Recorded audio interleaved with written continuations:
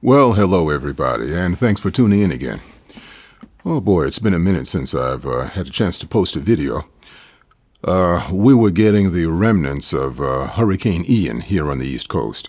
And, we were getting, some mild showers and whatnot periodically. And probably around 9 o'clock that evening, I said to myself, tonight might be a good night to get out and maybe do a little bit of long exposure street photography. I like to do that from time to time to go out and photograph the light trails from the traffic going by. And, it's been a while since I've had the camera out and done any landscape or anything like that. So this would give me a chance to get out and quench that thirst for a little photography. I was able to capture about 3 shots over a period of about maybe about 3 hours. During that time of the night, there wasn't too much traffic, which is what I like, but on the same token, sometimes I have to wait a while, for some cars to come by. The advantage is that you don't have a lot of people walking through at that time of the night. So I finished everything up around maybe 3:30 that morning. All right, now these shots aren't, they're a far cry from being masterpieces or anything like that, but I decided to put something together for my own personal satisfaction, and I hope you enjoy looking at them. Well, so without further ado, I'm going to go to the computer right now and show you what I came up with. Okay. All right, here is the first image that I took that night.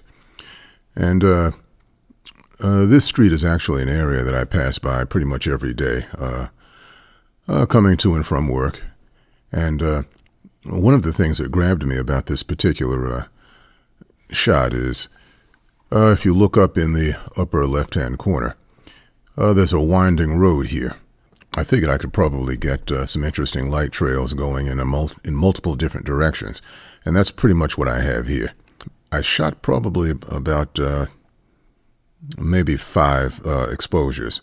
I tried blending them all together, but blending them together actually created quite a bit of chaos.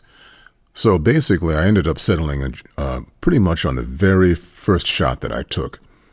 It's something that's a little bit different. I've never gotten a shot just like this. And also, if you look to the left over here, there's a service station as well as a little convenience store. And now this area is a bit overexposed. I had another shot where the exposure was better, but I just elected to leave things just like they were. Like I said, I wasn't trying to be overly critical. This is something I pretty much did on the spur of the moment. And but I'm relatively happy with it. Now, I did the processing in Lightroom, the initial processing in Lightroom, then Photoshop, and then I used the Nik software package, Nik Software 5, and I used Color Effects Pro out of that to add a little more saturation and to everything, and a little bit more contrast. All right, and if you look here, you can see this is what I was talking about. I wanted to get the glistening water that's actually that was on the ground, because it was raining at this point. Not particularly hard, but it was raining, and I think the water gave this a bit of a boost.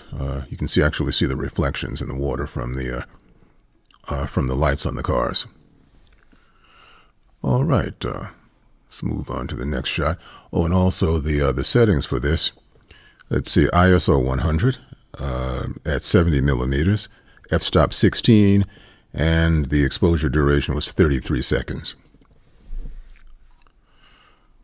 All right, this next shot was actually not too far from the first. It was in walking distance. And once again, I chose this particular area because I also passed by this particular road, going to and from work as well as other places. And I thought it would be interesting to try and capture some light trails from the cars, because if you look in the far center here, there's a winding road here, as there is in the very first one. And I was really happy with how this came out. If you look at the white lights, and well, the red, but especially the white light, it has a neon type effect to it.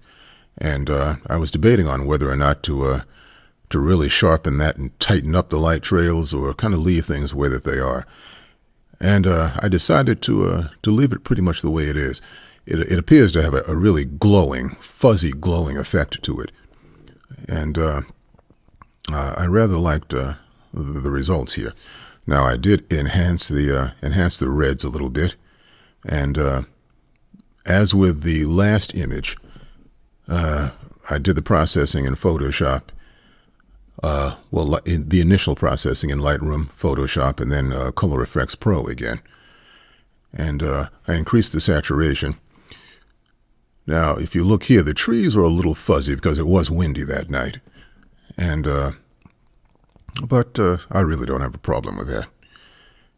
All right, if you look in the sky, I was debating on whether or not to let the sky stay dark, or whether or not I should bring just a little bit of luminosity to the sky. And I decided on doing that because I think it provides a bit better contrast in colors, because I intentionally wanted the lateral areas here to be dark so that your attention would be drawn right to the center where the light trails are. And I could have darkened this a bit more, but I actually thought that a little bit of blue luminosity in the sky might work well. So I opted for that. And if you look here again, you can see that the road is glistening from the sporadic rain that we were getting that particular night. I probably like this the best out of the three that I took. And the settings were pretty much the same. ISO 100 at 70 millimeters, f-stop 16, and it was exposed for just a few more seconds at 36 seconds. And this was the end result. All right, and let's go over to shot number 3. All right, now this shot was taken, this is the very last one that I took that night. And this was actually taken around, I got this probably around 3 in the morning. Now, if it's 3 in the morning, you're kind of wondering, well, why is the sky bright here?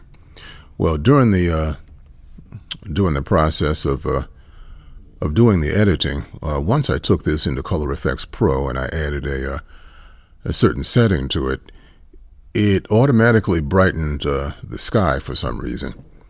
Now, at first, I didn't particularly care for that.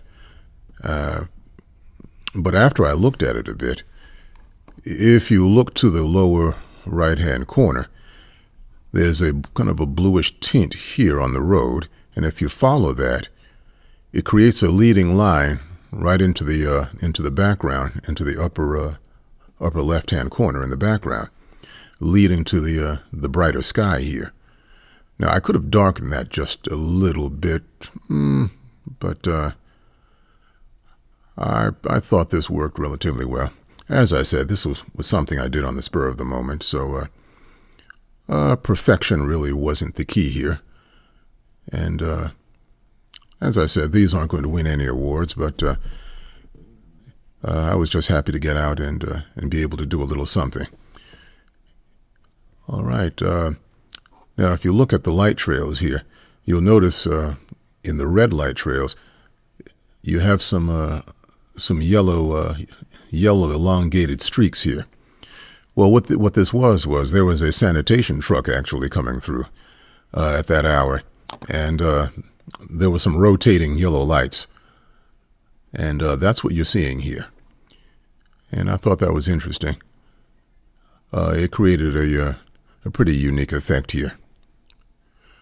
All right, and of course the lateral areas here, I intentionally wanted that a bit darker, and so your attention would be drawn to actually to the center of the image, which is where everything is going on, and it's taking you directly into the background. And then, of course, it's meeting up with the brighter sky here. All right, and the settings for this also was ISO 100.